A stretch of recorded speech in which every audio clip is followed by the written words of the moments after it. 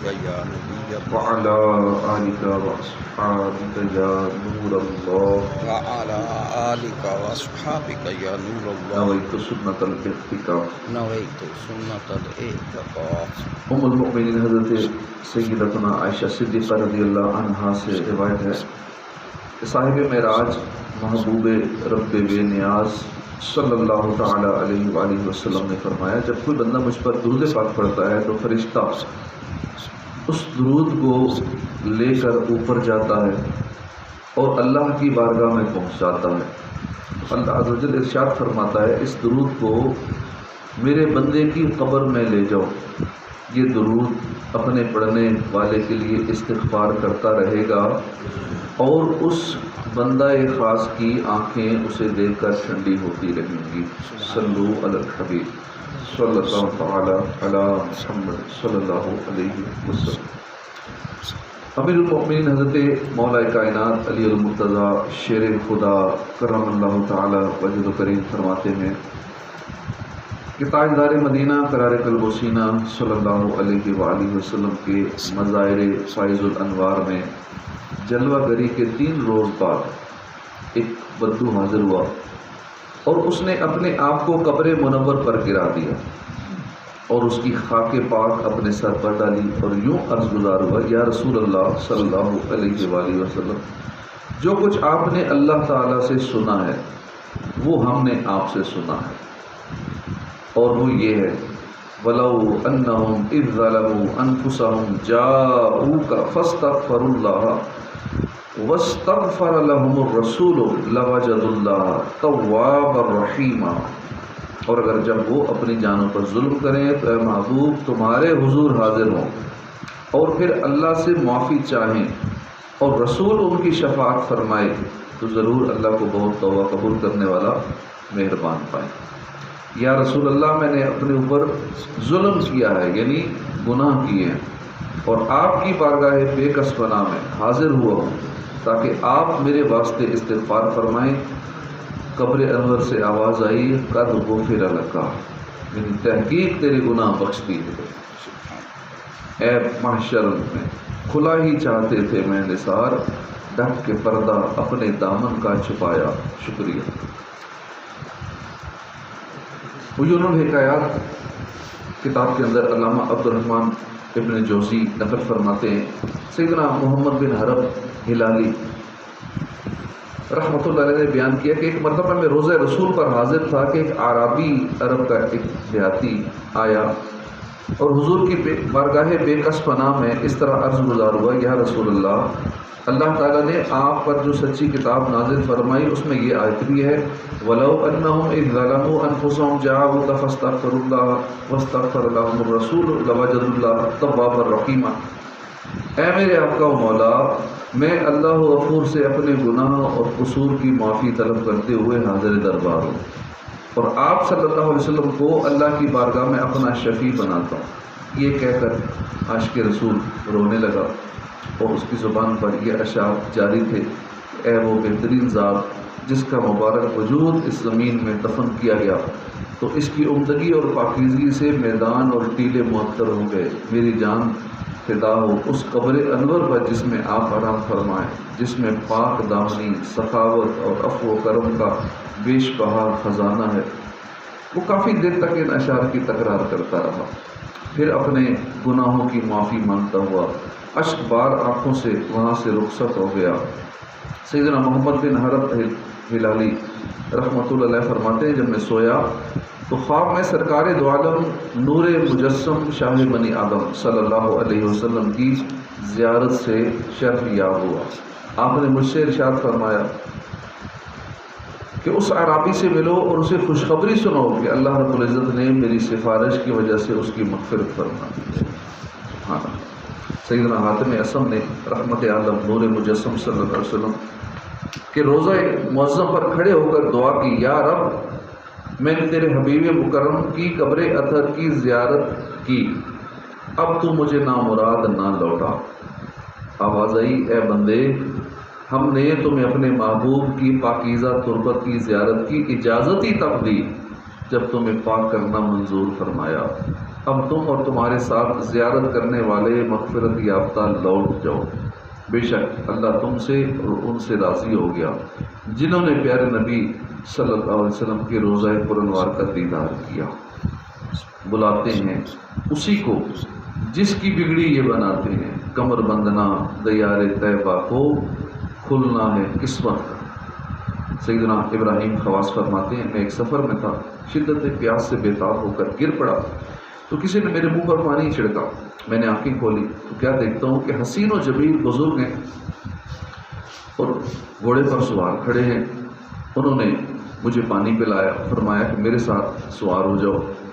ابھی چند قدم ہی چلے تھے کہ فرمایا دیکھو کیا نظر آ رہا ہے۔ میں نے کہا یہ تو مدینہ منورہ ہے۔ فرمایا اترو اور جاؤ، رسول اللہ صلی اللہ علیہ وسلم کی خدمت اقدس میں سلام عرض کرو، اور یہ بھی عرض کرنا کہ خضر علیہ السلام نے بھی آپ کی خدمت میں سلام عرض کیا۔ کسی کے ہاتھ نے مجھ کو سہارا دے دیا، ورنہ کہاں میں اور کہاں یہ راستے پیچیدہ پیچیدہ۔ سیدنا شیخ ابو عمران واسطی فرماتے ہیں کہ میں مکہ مکرمہ سے سوئے مدینہ سرکار کے مزار کے دیدار کی نیت سے چلا۔ راستے میں مجھے اتنی سخت پیاس لگی کہ موت سر پر منڈلانے لگی۔ نڈال ہو کر ایک کیکر کے درخت کے نیچے بیٹھ گیا۔ اچانک سبز لباس میں ملبوس ایک سبز گھوڑے سوار نمودار ہوئے۔ ان کے گھوڑے کی لگام اور زین بھی سبز تھی، نیز ان کے ہاتھ میں سبز شربت سے لبالب سبز پیالہ تھا۔ وہ انہوں نے مجھے دیا اور فرمایا پیو۔ میں نے 3 سانس میں پیا، مگر اس پیالے میں سے کچھ بھی کم نہ ہوا۔ پھر انہوں نے مجھ سے فرمایا کہاں جا رہے ہو؟ میں نے کہا مدینہ منورہ، تاکہ سرور کونین صلی اللہ علیہ وسلم کی بارگاہ میں سلام عرض کروں۔ فرمایا جب تم وہاں پہنچو اور اپنا سلام عرض کر لو تو ان تینوں بلند و بالا ہستیوں سے عرض کرنا کہ رضوان یعنی خازن جنت فرشتہ بھی آپ حضرات کی خدمت میں سلام عرض کرتا ہے۔ ایک بزرگ فرماتے ہیں کہ میں اپنے ملک یمن کے شہر صنعاء سے حج کے ارادے سے نکلا تو کافی عاشقان رسول رخصت کرنے کے لیے شہر سے باہر تک آئے۔ ایک عاشق رسول نے مجھ سے کہا کہ سرور کونین صلی اللہ علیہ وآلہ وسلم، حضرات شیخین کریمین اور دیگر صحابہ کرام کی مبارک خدمتوں میں میرا سلام عرض کر دینا۔ جب میں مدینہ منورہ حاضر ہوا تو اس عاشق رسول کا سلام عرض کرنا بھول گیا۔ جب وہاں سے رخصت ہو کر ذوالحلیفہ پہنچا، احرام باندھنے کا ارادہ کیا تو مجھے اس عاشق رسول کا سلام پہنچانا یاد آ گیا۔ میں نے اپنے رفقا سے کہا کہ میرے واپس آنے تک میرے اونٹ کا خیال رکھنا، مجھے مدینہ طیبہ ایک ضروری کام کے لیے جانا ہے۔ ساتھیوں نے کہا کہ اب قافلے کی روانگی کا وقت ہے، ہمیں اندیشہ ہے کہ اگر تم قافلے سے جدا ہو گئے تو پھر اسے مکے تک بھی نہ پا سکو گے۔ میں نے کہا تو پھر میری سواری کو بھی اپنے ساتھ ہی لے جانا۔ میں واپس مدینہ منورہ آیا اور روضہ اقدس پر حاضر ہوا۔ اس عاشق رسول کا سلام حضور کی بارگاہ میں حضرات صحابہ کرام کی مبارک بارگاہوں میں پیش کیا۔ رات ہو چکی تھی، میں مسجد نبوی شریف سے باہر نکلا تو ایک شخص ذوالحلیفہ کی طرف سے آتا ہوا ملا۔ میں نے اس سے قافلے کے بارے میں پوچھا۔ اس نے بتایا کہ قافلہ تو روانہ ہو چکا ہے۔ میں مسجد نبوی شریف میں واپس لوٹ آیا اور خیال کیا کہ کسی دوسرے قافلے کے ساتھ چلا جاؤں گا اور سو گیا۔ آخر شب میں خواب میں جناب رسالت مآب صلی اللہ علیہ وسلم اور شیخین کریمین کی زیارت سے شرف یاب ہوا۔ سیدنا صدیق اکبر نے عرض کیا رسول اللہ یہی وہ شخص ہے۔ حضور نے میری طرف دیکھا اور فرمایا ابو الوفا۔ میں نے عرض کیا رسول اللہ میری کنیت تو ابو العباس ہے۔ فرمایا تم ابو الوفا یعنی وفادار ہو۔ پھر آپ صلی اللہ علیہ وسلم نے میرا ہاتھ پکڑا اور مجھے مکہ مکرمہ میں، اور وہ بھی خاص مسجد حرام میں جہاں کعبہ شریف ہے، مجھے وہاں رکھ دیا۔ میں نے مکہ معظمہ میں 8 دن تک قیام کیا۔ اس کے بعد میرے رفقا کا قافلہ مکہ مکرمہ پہنچا۔ غم زدوں کو رضا مجدہ دیجیے کہ ہے بے کسوں کا سہارا ہمارا نبی۔ سیدنا شیخ ابو نصر عبد الواحد بن عبد الملک بن محمد بن ابو سعید صوفی کرفی فرماتے ہیں کہ میں حج سے فارغ ہو کر مدینہ منورہ آیا اور روضہ انور پر حاضر ہوا۔ حجرہ شریفہ کے پاس بیٹھا ہوا تھا کہ شیخ ابو بکر دیار بکری تشریف لائے۔ چہرہ انور کے سامنے کھڑے ہو کر عرض کیا السلام علیک یا رسول اللہ۔ تو میں نے اور تمام حاضرین نے سنا کہ روضہ انور کے اندر سے آواز آئی وعلیک السلام یا ابا بکر۔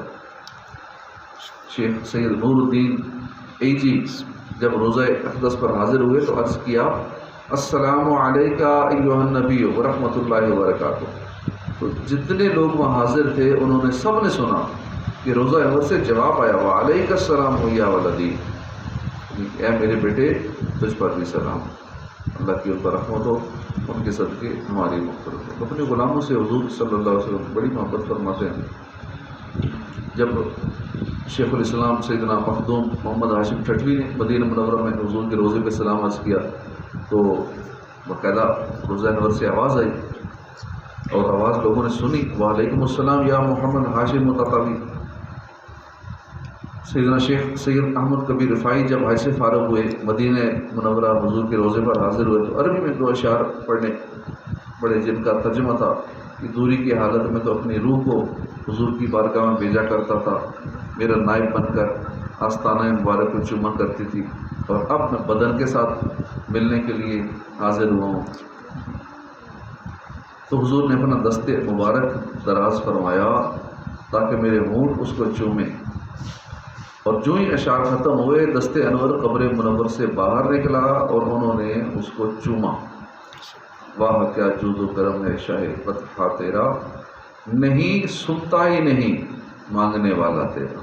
سیدنا داؤد بن نبی صالح فرماتے 2 جہان کے سلطان رحمت عالمیان صلی اللہ علیہ وسلم کے آستانے عرش نشان پر ایک دن خلیفہ مروان حاضر ہوا۔ وہاں اس نے ایک صاحب کو قبر منور پر منہ رکھے ہوئے دیکھا، اس کی گردن پر ہاتھ رکھ کر کہا جانتے ہو کیا کر رہے ہو؟ وہ ہاں جانتا ہوں کیا کہ اس کی طرف متوجہ ہوا تو وہ حضور کے صحابی ابو ایوب انصاری تھے۔ فرمایا میں حضور کی خدمت میں حاضر ہوا ہوں، کسی پتھر کے پاس نہیں آیا۔ میں نے حضور کو یہ فرماتے سنا ہے کہ دین پر اس وقت نہ رہو جب کہ اس کا والی اہل ہو، یعنی لائق ہو، لیکن اس وقت ضرور رو جب کہ اس کا والی نالائق ہو، نااہل ہو۔ عشاق روزہ سجدے میں سوئے حرم جھکے، اللہ جانتا ہے کہ نیت کدھر کی ہے۔ اس طرح بہت سارے واقعات ہیں۔ سرکار سلام کا جواب دیتے ہیں، حضور نے بھوکوں کو کھانا کھلایا، کھانے کا انتظام فرما دیا، اللہ بار بار مدینے کی حاضری نصیب فرمائے۔ کئیوں کو حضور وہاں درہم و دینار بھی عطا فرماتے ہیں، مال بھی عطا فرماتے ہیں، کھانا بھی دیتے ہیں، بہت کچھ نوازتے ہیں۔ اللہ پاک بار بار حج عمرہ نصیب فرمائے، آمین بجاہ نبی الامین صلی اللہ علیہ وآلہ وسلم۔